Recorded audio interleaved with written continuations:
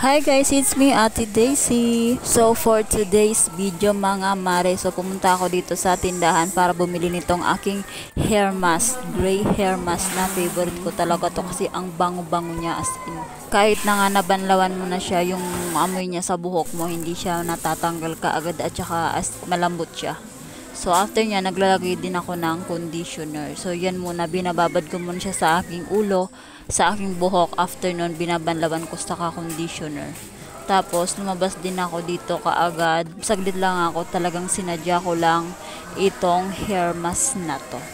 So after, dumiretso na nga ako dito sa counter para bayaran ang aking biniling iisang peraso nga lang. Tapos dire-diretso na ako nito sa papunta ng paradahan ng jeep. So bali, umaambon-ambon ngayong araw na to, kaya naman nagmamadali na nga akong lumabas. So pagpunta ko dito sa labas, nakita ko syempre December na ngayon, meron na namang mga bagong nagtitinda dito sa gilid na bazaar yata to. Basta every December naman yan, may mga tiyanggi-tiyanggi na nagtitindan. Tapos dito na nga ako sa paradahan ng jeep. So bali yan, Paligaspi yan, kaya inantay ko muna yung susunod na jeep papunta ng Ligaw.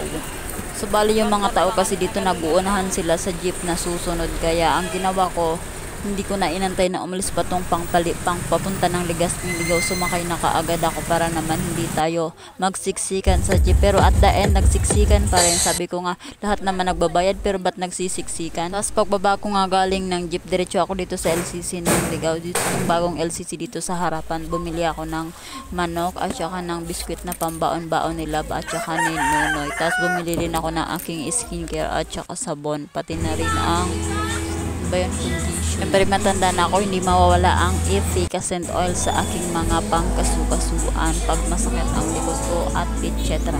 So pagbaba ko, nakita ko yung mga matanda doon na sabi ko, ang ganda po ng mga damit ninyo, dahil may event siguro sila doon, kasi nakita ko dito sa may unahan itong park, parang may event, ang lakas ng tugtog ng radyo. Naglakad na lang ako papunta doon sa paradahan na papunta kila mama para makatipid na din ng 15 pesos pang padjak. Sayang ayun. So bali, ito talaga yung struggle ko kapag nagbo-voice over, bulol-bulol tayo, nabubulol talaga tayo mga mare.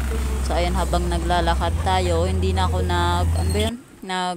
medyo umaambon-ambon na kasi yan, kasi nasa 5:45 na yata yan, kasi nagantay pa ako ng ilang minuto sa paradahan ng tricycle. Kaya ayun, inabot na naman tayo ng gabi, kasi nga nakakaalis ako dun sa bahay sa Pulangi, mga lagpas na siyang 3 minsan 4 na nga. Kaya ayun na, tingnan nyo yan, inabot na ako ng gabi. Nandito pa ako sa tricycle niyan, kasi nga medyo natagalan ko lang, kasi yung tricycle puno din kapag umalis, kasi puno. So bali nandiyan ako sa loob, lumipat na ako niyan sa loob kasi nasa likod ako, siksik na ako, sumasakit na yung tagiliran ko. Kaya sabi ko, kuya, palipat sa loob kasi walang nakasakay. Tapos diretso na ako dyan, babalakad-lakad lang ako papunta na yan kila mama, medyo malayo-layo pa rin. Tapos pagdating ko, ito ang madadatnan ko, ang dalawang batang palaging excited, yakapin ako sa aking pagdating at aking mga makukulit na pamangkin. So bali pagdating ko, ayun ang nadatnan ko, excited palagi ang mga yan. Tapos meron akong dala sa kanilang pasalubong syempre, at saka ang lollipop. Jelly is nga sana, kasi yun yung gusto ni Ate Love, jelly is, pero lollipop na lang yung binilo ko para naman kahit pati yung mga batang nanonood mabigyan natin. At saka yung hindi na kasi ako makabili ng tinapay na yan. So kasi biscuit na lang yung binili ko. Sabi ko, bukas na lang ng umaga bumili pang almusal. So ayan, nagluto din pala ako nitong, dito na lang sa lutuan sa loob, sa kuryente niluto ko kasi nga sa ulan medyo umaambon. Tapos pagkaluto nun, diretso na kami. Sila lang muna pala pinauna ko kasi may ginagawa ako yan. Tapos medyo pinaubas-abas ko, so pigiluto kong panara. So ayun na for today's video, bye bye.